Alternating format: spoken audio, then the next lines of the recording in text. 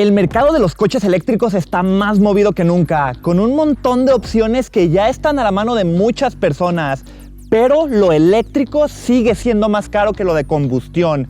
Así que para poder llegar a precios competitivos, los coches eléctricos relativamente baratos, como este BYD Dolphin Mini o BYD Seagull, como se le llama en Europa y en algunos otros países, tiene que tener compromisos. Y sí, este coche no es la excepción. Tiene algunos compromisos, pero no deja de ser un coche eléctrico barato. Vamos a conocerlo.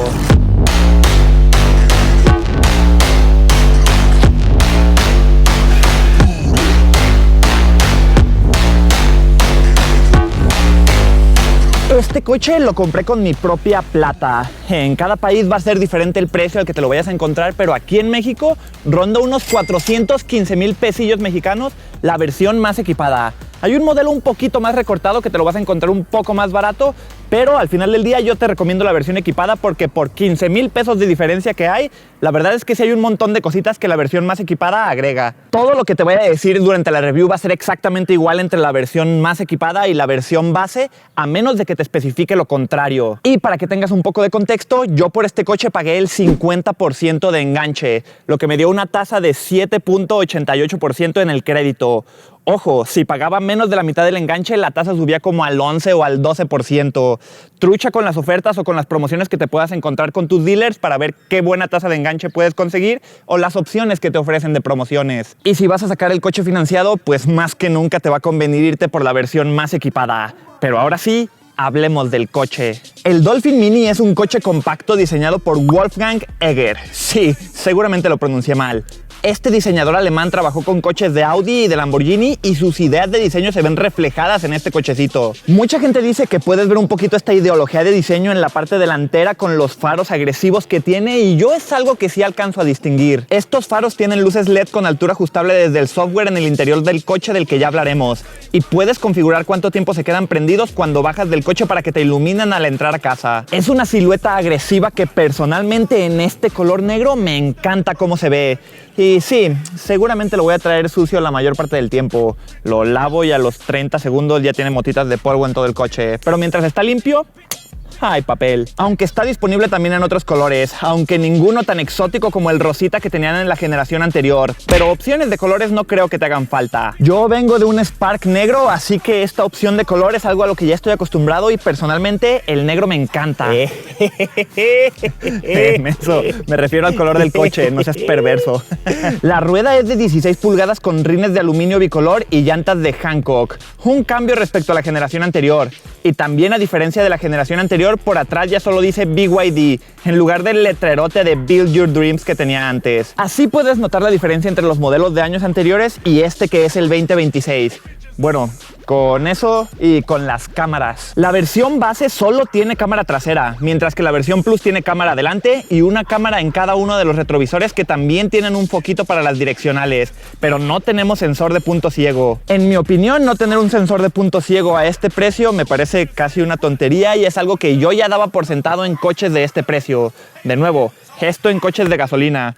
Ya desperté al perro del vecino y ya está haciendo un ladradero y seguramente ahorita se van a quejar. La cámara, a diferencia de la versión base que solamente tiene de reversa, aquí es 360 y funciona muy bien. Pero como siempre he pensado con estas cámaras 360, debato su utilidad por lo deforme que se pueden ver, sobre todo las cámaras laterales en la vista 360. Aunque ya me sacó las papas una vez para ver dónde estaba un pequeño bachecito que no alcanzaba a ver en la parte de adelante en una bajadita. Así que, bien, las cámaras 360 es un añadido que no resta. Tiene sensor de reversa para ver la distancia del objeto al que te vayas a dar que va pitando conforme te le acercas y en general está bien. En mi opinión personal, una cámara 360 en un coche tan pequeño no es algo que sea absolutamente necesario, pero es un apartadito que le da un poquito más de feeling tecnológico al coche. El cargador está enfrente a la derecha. Se abre presionándolo y tienes el puerto estándar de BYD y el de carga rápida. que llega a velocidades de carga de hasta 30 kilowatts en la versión base y 40 en la versión Plus. Ahorita hablaremos de la logística de la carga y de todo lo que eso implica. Y como te dije al inicio, por este precio, las pequeñas carencias o recortes que tienen que hacer se empiezan a notar desde el exterior. Por 400,000 PG Coins ya te encuentras un Kia K3 Hatchback, un Mazda 2 Hatchback Signature o un MG3 Hatchback, que tienen todos cositas que este no tiene. Y todos aquellos son coches de gasolina. Ahí está la balanza. Para tener un coche eléctrico de un precio relativamente competitivo con otros coches, tienen que recortar en algunos detallitos. Y son cosas que yo ya daba por sentadas en otros coches.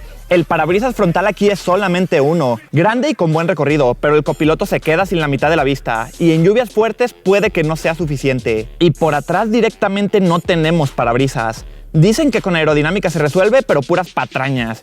Con lluvia y con la suciedad después de la lluvia perderás mucha visibilidad. Y los espejos laterales no son motorizados cuando cierras el coche. Tienes que guardarlos a mano si quieres tener una silueta un poquito más compacta. De nuevo, estos son cosas que por este precio en un coche del 2026, aunque estamos en 2025, yo ya daba por sentadas. Pero son cositas que la marca ha decidido recortar para tener un coche eléctrico a este precio con toda la tecnología que tiene. Y toda esta tecnología inicia con la aplicación que tienes disponible. El coche tiene su propia conexión a internet. Dependerá de tu país, pero en México, al menos según me dijeron en la agencia, el que tiene por defecto es Telcel y te incluyen 2 años de internet, con 500 gigas el primer mes y 1 giga cada mes durante el resto. Pregunta donde lo vayas a comprar cómo funciona esto porque será un poquito diferente en cada país. Y de igual manera tienes la posibilidad de ponerle el chip con el operador que prefieras al coche. También lo puedes conectar al Wi-Fi de tu casa para actualizaciones o lo que quieras hacer. Y gracias a este internet, desde la aplicación puedes hacer varias cositas muy interesantes. Encender las luces, hacerlo sonar, desbloquearlo y ver cositas del estatus del vehículo como el kilometraje, la batería, hasta la presión de las llantas. Puedes darle acceso a otras personas a la aplicación también, y lo que más me gusta es que puedes prender el aire acondicionado desde la aplicación y programar para que se encienda solo en ciertos horarios, por si quieres que se prenda todas las mañanas cuando sales a trabajar, ya sea para enfriar o para calentar el coche. 10 de 10. Puedes ver también la ubicación del coche en el mapita, detallazo para cuando no sé dónde lo estacioné. También puedes agregar un widget para accesos rápidos y vas a recibir notificaciones cuando inicias a cargar el coche y cuando esté cargado al 100%. Esto hace que toda la experiencia se sienta muy tecnológica. Y si tuviera que darle retro respecto a la aplicación, diría que estaría muy bien que se viera al menos el color del coche que compré y que pudieras ver las cámaras del coche desde la aplicación, como el Sentry Mode que tienen algunos modelos de Tesla. Y ojo, como ya te lo puedes imaginar, es importante que sepas que el coche funciona con datos. Así que si estás en algún lugar donde no tenga señal, no vas a poder ver la información del coche desde la aplicación. Fui al concierto de Shakira y entre todo el montón de coches que había, no podía ver dónde lo tenía estacionado. Y me ha pasado también un par de veces que en la universidad, donde tengo toda la señal del mundo, la aplicación no detecta el coche. Pequeños detallitos que probablemente con actualizaciones de software podrían pulir un poco, pero sí, la aplicación no es la más estable que he podido probar. Eso sí, cuando funciona, funciona muy bien. Para entrar al coche puedes habilitar la llave digital desde tu celular, que con el sensor NFC que tiene en el retrovisor izquierdo y únicamente en el retrovisor izquierdo, puedes abrir el coche y cerrarlo. Y te puedes ir a manejar tranquilamente sin necesidad de la llave física. Eso sí, activar esa llave digital aquí en el celular no fue un proceso tan fácil. Tuve que mandar mensajes con los güeyes de BYD y tuve que meterme a unos ajustes un poquito raros desde el coche. Pero si no quieres utilizar la llave digital, también puedes utilizar la llave física de toda la vida, que en la agencia te van a dar 2. Con los botones de la llave se quita o se pone el seguro del coche o se abre la cajuela. Pero también puedes solamente acercarte al carro y presionando el botoncito que tienes en la chapa se quitan los seguros. Yo soy sobreprotector con las cosas nuevas que me cuestan un montón, así que le compré una fundita a la llave con un material que simula la piel y el metal y me costó como 80 pesos en AliExpress. Que ese es un punto muy a favor que yo considero importante en este coche.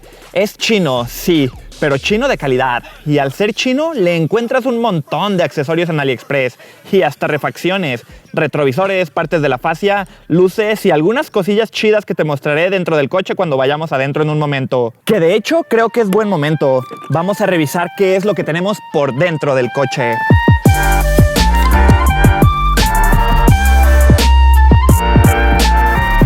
BYD Dolphin Mini.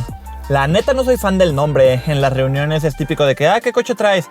Yo traigo la Shark. O yo traigo un Mazda 3. Yo traigo un Audi A1. ¿Y tú cuál traes? Un Dolphin Mini.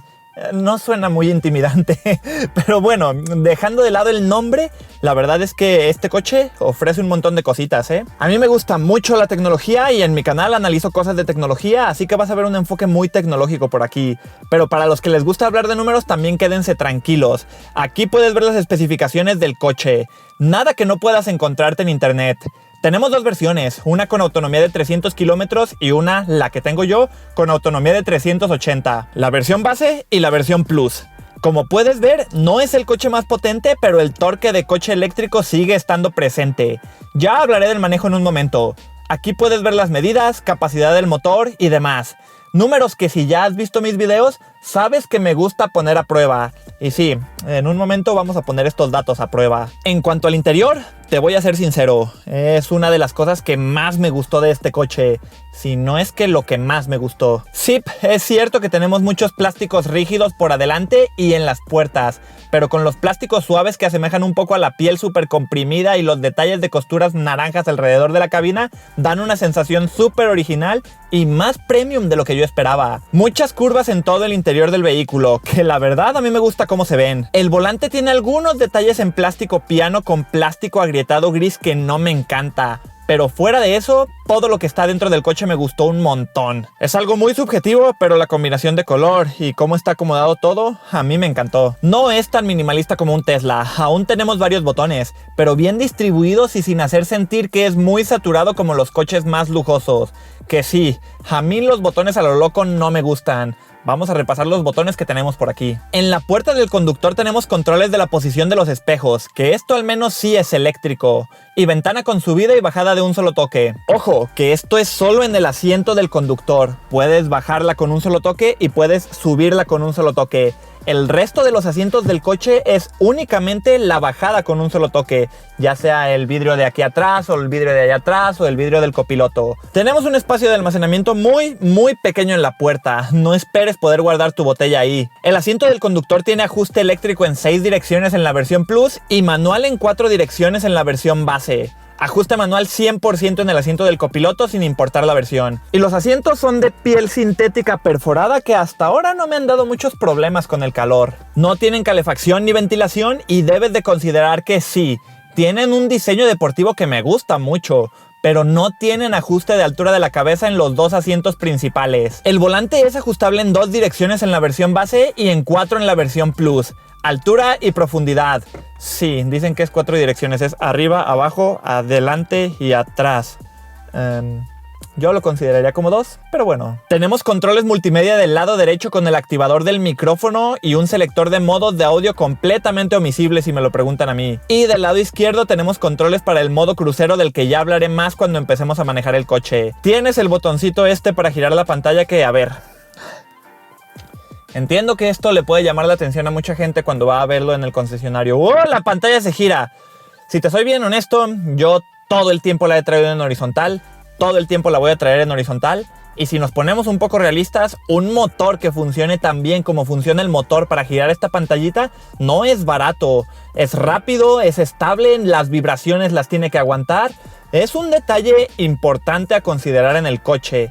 Y yo preferiría que el dinero que se gastaron en hacer que la pantalla gire lo gastaran en motores para guardar los espejos retrovisores o en un parabrisas trasero, no lo sé. En fin, detrás del volante tenemos el cuadrito que te indica la batería restante, los kilómetros recorridos y todos tus señalamientos de luces y demás. Ojo, el cuadrito de en medio es una pantalla y el resto son indicadores digitales. Y a ese cuadrito de en medio puedes elegir qué quieres que te muestre. Aunque personalmente no me sirve casi ninguno de los datos que hay para elegir. Cosa mía, atrás del volante tenemos las palanquitas para el parabrisas y para las direccionales, luces automáticas y a un costado del lado derecho tenemos el sistema de infoentretenimiento.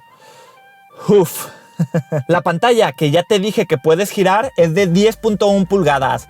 Touch con una resolución que no pude encontrar y con nivel de brillo más que suficiente para usarla durante los trayectos soleados. Esta pantallita es genial por la relación de aspecto que tiene. Muchos coches tienen también pantallas de este tamaño, pero más alargadas, lo que hace que en realidad se vean y se sientan mucho más pequeñas que esta. Y tiene muchas curiosidades, Por la forma en la que está distribuido el software, yo empecé a pensar y a sospechar que a lo mejor esto era una simple tablet con Android. Y luego de descargar una aplicación que me pidió iniciar sesión en mi cuenta de Google, Me llegó un correo que me confirmó que sí. Básicamente, este coche es un Android con ruedas. El launcher es scrolleable, una barra de notificaciones, botón de home y ajustes rápidos editables muy parecidos a cualquier celular. BYD tiene su tienda de aplicaciones con unas 4 o 5 opciones. No es mucho, pero recientemente agregaron una app que es como una tienda que tiene varias cosas de Google. Maps, YouTube Music y demás. Aunque claro, las aplicaciones de video te piden tener el coche en park para que las puedas utilizar. No vayas a andar viendo peliculitas ahí mientras vas manejando. Tenemos Android Auto y Apple CarPlay inalámbricos y algunas aplicaciones multimedia que muchas solo funcionan con el coche estacionado. Abajo de la pantalla, en este pequeño cilindro, tenemos varios controles. No son botones, son como rueditas que tienen un clic hacia arriba o hacia abajo.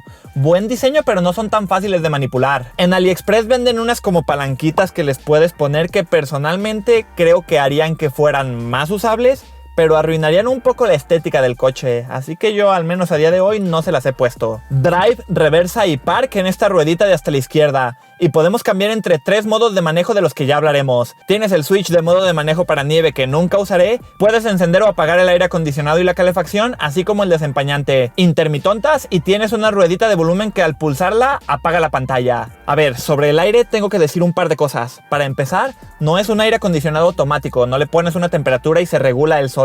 Y tampoco es por zonas, simplemente toda la cabina comparte el mismo aire acondicionado. Y sí, lo puedes encender y apagar desde estas rueditas, pero para controles más granulares tienes que pulsar el botón en la pantalla donde tendrás el menú completo, o puedes utilizar 3 dedos para subir y bajar la temperatura si los mueves en vertical, o para subir y bajar la intensidad si lo haces en horizontal. Al menos agradezco que la parte de mover hacia dónde apuntan los aires sea mecánica y lo puedas mover así fácilmente con la mano, a diferencia de algunos, por ejemplo, los Teslas que tienes que hacerlo desde la pantalla. El aire acondicionado es una de las cosas que prefiero controles físicos para manipular, y si bien puedes encenderlo y apagarlo desde el botón físico, preferiría que la intensidad y la temperatura también fueran botones físicos. En fin, 6 bolsas de aire en la versión Plus de este coche y 4 en la versión base. Tenemos portavasos en el reposabrazo central, y en la versión Plus tenemos un cargador inalámbrico que afortunadamente puedes desactivar desde los ajustes rápidos porque no lo vas a querer utilizar. Tenía la esperanza de que el aire acondicionado alcanzara a llegar al teléfono en el cargador, pero no. Con Android Auto el teléfono se calienta, y cuando lo pones en el cargador inalámbrico ni se diga. Y ahora bien, si manejas aquí en Guadalajara con el solazo dándole ahí, híjole chavo, yo la verdad me preocuparía por la salud de la batería de tu celular si lo tienes ahí por más de 10 minutos. A los cargadores inalámbricos en los coches o les pones un ventilador como sí lo hacen otros modelos de vehículos incluso en la misma marca, o mejor ni les pongas nada. Abajo tenemos salida de 12 volts, ranura para micro SD y 2 puertos USB. Uno tipo C y otro USB-A. Y tenemos un espacio grande de almacenamiento al que le pones cosas y bailan como el rey Julien de Madagascar. Meterle 200 pesitos más en una bandejita seccionada y antideslizante de AliExpress es casi un must para que esta zona sea utilizable. La que yo compré a mí me ha funcionado de maravilla. Te dejo enlaces aquí debajo por si te interesa ver las opciones que hay disponibles. Y te recuerdo que estás viendo una review de Dorks, así que no puedo no hablarte de la calidad de audio que tenemos en este coche. 4 bocinas, 2 arriba y 2 abajo en las puertas, y nada más, sin firma de ninguna marca. Y lo dejaré simple para que tengas un poco de perspectiva. Mi Spark Classic LTZ de 2016 sonaba mejor que este coche. No suena mal, pero por más que lo ecualizo desde los ajustes, no logro que suene como a mí me gustaría. Es por las ubicaciones de la bocina y la acústica de la cabina que no es la mejor. Le subes al volumen y no te envuelve, le falta profundidad. Te dejo como siempre mis pruebas de audio para que tengas una pequeña referencia.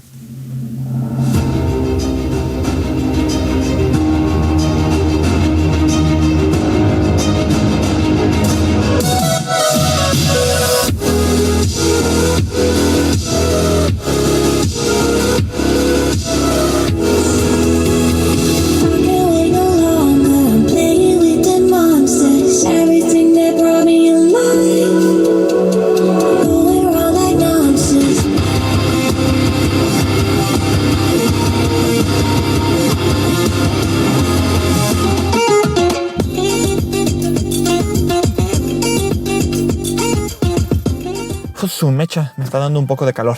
Tenemos espejo retrovisor con ajuste manual y tenemos una cajuelita de guantes de tamaño estándar. ¿Cajuelita de guantes? Sí, güey, así se le dice, ¿no? Cajuela de guantes, guantera, creo que me entendieron. Tenemos parasol con espejo en ambos asientos con luces de vanidad. Sí, creo que así se les dice. E iluminación LED en la parte de arriba en el centro. Y ojo, porque esta es toda la iluminación que hay en la cabina, ¿eh? No hay una tirita de luz ambiente como en muchos otros coches. Lo que entiendo por el segmento de este Dolphin Mini. Pero venga, que hasta mi Spark de 2016 tenía luz de almacenamiento en la parte de abajo y luces para los pies para no estar en la penumbra. Esta falta de luz es una tendencia en este coche que se mantiene cuando vamos a la parte de atrás y a la cajuela. De hecho, vamos viendo los asientos de atrás. La versión del 2026 ya se volvió para 5 pasajeros, lo cual, si me lo preguntan a mí, es un poco solamente algo simbólico. El espacio para el pasajero de en medio es ridículo. Aunque bueno, ahora que ya estoy aquí y veo el espacio, creo que 3 personas no muy anchas sí podrían caber. Yo aquí directamente ya le estorbaría al del medio. Creo que para 4 pasajeros es ideal para gente de complexión más o menos normalita. En mi posición de manejo, que es hasta atrás, la verdad es que sí quepo si me siento súper derecho. Tendría que doblar un poquito más las rodillas de lo que me gustaría y no quisiera viajar por más de 1 hora así. Pero la verdad, considerando que traigo el asiento del conductor hasta atrás, no está mal. Y la realidad es que atrás tenemos muy poco. Como te dije, no tenemos luces en ningún lado, tenemos las típicas agarraderas a un costado, unos ganchitos que no sé la verdad para qué están ahí y un pequeño revistero en la parte de adelante de los asientos. No hay salidas USB ni de aire acondicionado, aunque lo entiendo en un coche de este tamaño. Simplemente tenemos un pequeño espacio para almacenamiento en la parte de adelante por abajo. Tienes ISOFIX para asientos de niños y en general por el tamaño del coche es espacioso. 4 adultos yo diría que caben bien, pero tampoco te creas que tienes muchísimo espacio, ¿eh? No vas a ir como rey si vas por aquí atrás. Tenemos muy poco almacenamiento igual en las puertas del lado y no tenemos un reposabrazos que se pueda bajar en la parte del medio, que creo que sería más valioso que esta cabecera. Tenemos vidrios eléctricos que puedes bloquear en la parte de adelante del coche y creo que no hay mucho más que agregar. Vamos a ver la cajuela. La cajuela se abre desde un botón que tenemos de este lado, muy chiquito y muy escondido, o puedes utilizar la llave. Y sí, no es una cajuela que se abra de manera motorizada. Tenemos pistones de esos que son como de aire por aquí, aunque venden motores si quisieras ponerlos, de nuevo, en AliExpress. 230 litros, que no es mucho, pero es lo esperable para un coche de esta categoría. No tenemos llanta de refacción, lo que es muy importante para muchos. En la parte de abajo directamente fierros y nada más. Puedes bajar los asientos traseros, pero no por secciones, solamente se bajan todos. No tenemos nada de almacenamiento por debajo como te mencioné y de nuevo nada de iluminación tampoco. Ninguna división ni compartimientos de nada aquí en la cajuela, así que si quieres traer tu cargador de emergencia o el kit de emergencia de inflado de llantas, los vas a tener que traer ahí sueltos, a menos de nuevo de que consigas algún accesorio por AliExpress. Volvamos a la parte de adelante del coche. En coches eléctricos es relativamente común que en la parte de adelante, como no tienes un motor de combustión, tengas un poco de espacio para poder almacenar cositas. Y en este caso, directamente no tenemos nada. Entiendo que no hayan querido agregar nada por cuestiones del coste del coche. Lo único que puedes ver son los motores y las baterías y algunas cosas como para rellenar líquidos de limpieza y cochinadas así. Personalmente yo creo que podrían haber distribuido un poco mejor los componentes que tienes por aquí adentro y tener aunque sea una cajuelita pequeña para, no sé, poder echar a lo mejor ahí los taquitos que te trajiste para no apestar por dentro del coche. Pero bueno, en un coche de esta categoría lo puedo entender un poco, así que ahora volvamos para adentro. Que hablando de electricidad, ¿cómo es eso de tener un coche eléctrico? O sea, cargarlo y todas esas cosas. Como te dije hace un momento, tenemos el puerto de carga chino que tienen todos los BYDs. Lo más común es que en plazas o estacionamientos encuentres el estándar americano, que no es el que tiene este coche, por lo que necesitarás comprar un adaptador. No suelen ser más de 1,000 pesos, para que no te preocupes tanto por esto. En la mayoría de agencias, si no es que en todas, te deberían de entregar el coche con 2 cargadores. El de pared de 7 kilowatts para que instales en casa y el de 1.4 kilowatts de emergencia, que se conecta a cualquier salida común de 110 volts. La instalación del cargador de pared debes de hacerla por tu cuenta, no te la instalan en la agencia a menos de que haya alguna promoción. Y esa instalación te recomiendo que contrates a alguien para que te lo haga. Te costaría como unos 10,000 pesillos. Yo no lo he tenido que hacer porque aquí en mi casa ya teníamos un BYD y mi jefecito ya había instalado un cargador. Y debes asegurarte de que tengas disponibilidad de instalarlo. No en todos lados puedes hacerlo. Un edificio de departamentos va a depender un poquito de las reglas si se puede o no. En mi experiencia, unas 6 o 7 horas a unos 6.2 kilowatts es lo que vas a tardarte en cargar este coche. No es algo rápido, así que debes de planear bien tus viajes. Aunque con un cargador de carga más rápida seguramente lo podrías hacer en mucho menos tiempo. Los coches de BYD utilizan las baterías con tecnología Blade. Son las más seguras del mercado. En teoría, hasta 5,000 ciclos de carga al 100% antes de que empieces a notar que la batería está fallándote. O al menos, eso es lo que me dijeron los vendedores en la agencia.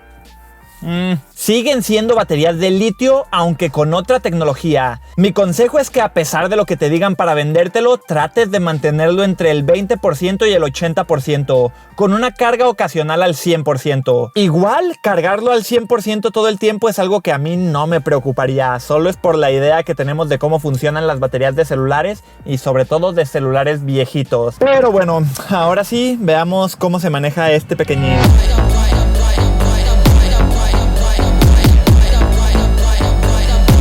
Creo que la experiencia que podrías tener manejando un coche como este va a depender al 100% de dos cosas. Lo que estés esperando o las expectativas que tengas y lo que hayas podido manejar antes de manejar este coche. Este Dolphin Mini tiene un motor con una potencia de 55 kilowatts que se traduce como a 74 caballos de fuerza y un torque de 135 newtons metro. No es un coche para correr, es un coche citadino 100%. Tiene 3 modos de manejo: Eco, Normal y Sport. En modo Sport alcanza hasta 130 km por hora, apenas usable en algunas carreteras si te pones muy veloz. Ahorita hablaremos un poco más de esto, pero volvamos al tema, que es lo que te decía, dos factores que van a determinar cómo te sientes con este coche, a lo que estés acostumbrado y tus expectativas. Como te decía, yo vengo de un Spark 2016, por lo que estaba 100% acostumbrado a un coche de gasolina con transmisión manual. Por el tema de la costumbre, yo estoy fascinado con este coche. Su manejo es muy suave y súper cómodo, aunque sí se sienten los bachecitos y los topes. Es lo que yo esperaría al saber que se trata de un coche pequeño con llantas de 16 pulgadas. Y esto me lleva al segundo punto, que son las expectativas que puedes llegar a tener. Y es que al manejar un coche que escuchas que es de menos de 80 caballos de fuerza, es normal que esperes que sea un coche lentecillo, aburridillo, a lo mejor hasta un poquito aburrado, pero ya que lo pruebas te das cuenta de un par de cosas. Este es un coche eléctrico y el torque instantáneo que esto implica se siente. No va a ser como un Tesla o un Seal que te pegan contra el asiento cuando aceleras, pero en modo Sport sí vas a poder sentir ese acelerón. De hecho, ahorita intenté demostrarlo, pero la cámara se me viene para un lado. A ver, la voy a detener y lo voy a intentar de nuevo. Sí. Sí se siente ese pequeño aceleroncito. De 0 a 60, en mi experiencia, vas a poder llegar en unos 4 o 5 segunditos, que no me parece mal. Pero para mí lo interesante y lo relevante es la posibilidad de pasar de 40 a 80 en 2 segundos. Esto es buenísimo para rebases en ciudad o incorporaciones. Meterte a López o a Periférico aquí en Guadalajara es una gozada con este coche y vas a sentir la confianza de que vas a poder en cualquier momento acelerar y meterte al carril que quieras, siempre y cuando, como siempre, lo hagas con precaución. Como es un coche pequeño, se mueve de forma muy hábil, que a mí me gusta mucho. No está nada mal y con las bajas expectativas que traía me sorprendió para bien. Me atrevería incluso a decirte que si vienes de algún coche de combustión, sobre todo manual, que sea de menos de 200 caballos de fuerza, sí, yo me voy hasta los 200, vas a sentir que este coche se siente más rápido y hasta más ágil que ese coche, definitivamente. Sobre todo por el tema de la aceleración y la responsividad que puedes obtener con el torque instantáneo que te da un motor eléctrico. Que este no es el motor eléctrico más potente que hay y está lejos de serlo, pero no deja de ser un motor eléctrico. Y ese es el detalle, el coche es muy divertido de manejar. Con lo pequeño que es, la aceleración instantánea y lo ágil que te sientes cuando vas en él, te diviertes un montón, ¿eh? Además tiene freno regenerativo, por lo que puedes estar viendo la batería que gastas y también la que recuperas. Esto hace que sea más como un videojuego también. Y no, Te aviso de una vez, este frenado regenerativo no creas que va a ser como un one pedal driving. Si quitas el pie del acelerador vas a sentir ese pequeño frenoncito, pero solo al principio. Si quieres que el coche llegue, no sé, al semáforo que está a 30, 40, 50 metros adelante de ti, solamente quitando el pie del acelerador, no esperes eso, porque cuando quitas el pie del acelerador, sí, vas a poder pasar de unos 80 a 60 relativamente rápido, pero después vas a tener que meter el freno sí o sí si quieres alcanzar a frenar a la distancia a la que quieres alcanzar a frenar. Y este tema del frenado regenerativo me lleva a hablarte un poco sobre la batería del coche. Y es que el problema a salir a carretera yo no diría que es la velocidad ni la estabilidad del coche. Yo te diría que el problema para la mayoría de personas podría ser la batería. Y esto lo digo con el ajuste más agresivo del frenado regenerativo, ojo con esto. Y es que el problema no creo que sea la velocidad en el coche. 130 km por hora me parece un buen ritmo para ir en alguna carretera o en alguna autopista, y si te quieres poner piqui te vas por el de lenta y te quitas de problemas. El problema que yo creo que puedes tener es que salir a carretera implica un gasto de batería importante. En ciudad los coches de este tipo con el frenado regenerativo recargan un poquito la batería y puedes acercarte a los números que te dice la marca. Pero en carretera no vas frenando todo el tiempo, no tienes esa ventaja del frenado regenerativo de la autonomía. Entonces va a estar difícil, dependiendo del destino al que quieras llegar, conseguirlo con la batería que tienes en este coche. Según esto, 300 kilómetros en la versión base y 380 en el modelo Plus, con baterías de 30.8 y 38.8 kWh respectivamente. La cosa es que esos 300 o 380 kilómetros son conseguidos con un uso muy optimista, muy cuidadoso. Modo eco todo el tiempo, mucho frenado regenerativo, casi sin aire acondicionado, vaya, sin utilizar todos los features que estás pagando del coche. Si ya me conoces y ya has visto cómo hago las reviews en mi canal, sabrás que las pruebas de batería yo las hago de forma un poquito más exigente, pero con un uso realista. En mi caso es manejándolo aquí en ciudad, con el modo eco alternando de vez en cuando con el modo sport para alguna que otra incorporación, el aire acondicionado casi todo el tiempo, y de hecho, importante, y creo que es un factor para la autonomía que yo he podido obtener, enciendo el aire acondicionado desde la aplicación unos 10 minutitos antes de subirme al coche, muy seguido. Yo diría que hago esto al menos una vez al día. Android Auto, música, usando la aplicación, ya sabes, un uso realista pero exigente. Obteniendo todos los features que estoy pagando por el coche, y con eso, de acuerdo a la pequeña regla de 3 que he podido hacer, obtendría 295 kilómetros de batería con este, que es la versión Plus. De nuevo, con uso súper exigente, encendiendo el aire remoto, modo Sport de vez en cuando, todo el deal. Y de nuevo, muy importante, esto en ciudad. En carretera tal vez se vería un poco más reducido, aunque en carretera probablemente no haga el uso tan exigente de prender el aire desde la aplicación y esas cosas. Yo creo que a lo mejor un viaje, por ejemplo, desde aquí, desde Guadalajara hasta Mazamitla, ida y vuelta, en teoría lo debería de poder lograr. De hecho, lo voy a poner a prueba muy pronto. Pero de aquí a Vallarta, ya está más tricky. ¿Qué rollo? Dorks Editor con el cabello suelto aquí con un paréntesis rápido. Y es que estos números de batería que te menciono en el video fueron con la primera carga completa que hice del coche. Ahorita ya he podido hacer unas 2 carguitas adicionales más con el tiempo que lo he estado utilizando, y los números van mejorando. Creo que al principio la batería como que se tiene que adaptar un poquito al uso. No sé si sea más o menos como suele ser con los celulares, por ejemplo. Ahora ya puedo conseguir unos 350 kilómetros de uso más o menos, manteniendo el mismo uso exigente, prendiendo el aire desde el celular, pisándole poquito en el modo Sport de vez en cuando. Ya una batería mucho más cercana a la que nos promete la marca y que me deja mucho más tranquilo. Nada más para que lo tengas en cuenta. Sigamos con el video. Y este problema sería más manejable si la infraestructura en el país, mi México mágico, estuviera un poco más optimizada, pero casi no hay cargadores en carreteras para paraditas de media hora a recargar. Probablemente ya habías escuchado que te dicen esto antes, pero si sales mucho a carretera, definitivamente no vale la pena que aquí en México consideres un coche eléctrico como este. Y en la cuestión de manejo tenemos otro recorte que me parece muy importante y que yo casi me decido por el Spark EUV en lugar de este, solo por este detallito. Y es el control crucero adaptativo, que yo esperaba que este coche ya lo tuviera por el precio que tiene, y viendo que hay otros coches de la marca que sí lo tienen. Aquí tenemos control crucero, pero es súper básico. Le pones una velocidad y se va a quedar a esa velocidad, sin detectar los coches de adelante para acelerar o frenar respecto a los coches que haya y el tráfico. Yo esperaba poder meterme a López en el tráfico y despreocuparme para que el coche se moviera para adelante y para atrás él solito, y no es el caso. Ojo, eso aquí en México. Sé que en otros países sí tienen el control crucero adaptativo en este coche. Tampoco tenemos seguimiento de carril. Esto yo asumía que sí lo tenía, pero tampoco, pa. No sabes lo cómodo que es el tráfico con la Song Plus que tenemos en mi casa y aquí no contamos con esto. Tampoco tenemos un heads-up display en la consola, algo que aquí sí yo ya me lo esperaba y que tampoco me parece tan necesario. Y al menos lo que sí tenemos es freno automático con auto hold. Claro, esto lo puedes habilitar y deshabilitar fácilmente. Y tienes un indicador claro en tu pantallita para saber si lo tienes habilitado o no. Y el claxon para mí... cero intimidante. Digo, no es un detalle muy relevante, igual se escucha hacia afuera, pero para que lo tengas en cuenta. Y ahora sí, creo que ya te he dicho todo lo que vale la pena saber sobre el manejo de este coche. Déjame estaciono para terminar con el videito. Ok, BYD Dolphin Mini Plus del 2026. Venimos del futuro aquí, epa. Está lejos de ser un coche perfecto. Incluso en el segmento de coches compactos tiene cositas que no me parecen necesarias, como la pantalla rotatoria, y tiene ausencias que yo creo que es razonable esperar por este precio, como el control crucero adaptativo, los espejos retráctiles o más luces en el interior. Y a pesar de todo esto, yo estoy súper contento de manejar este coche en mi día a día por los dos detalles que te mencioné.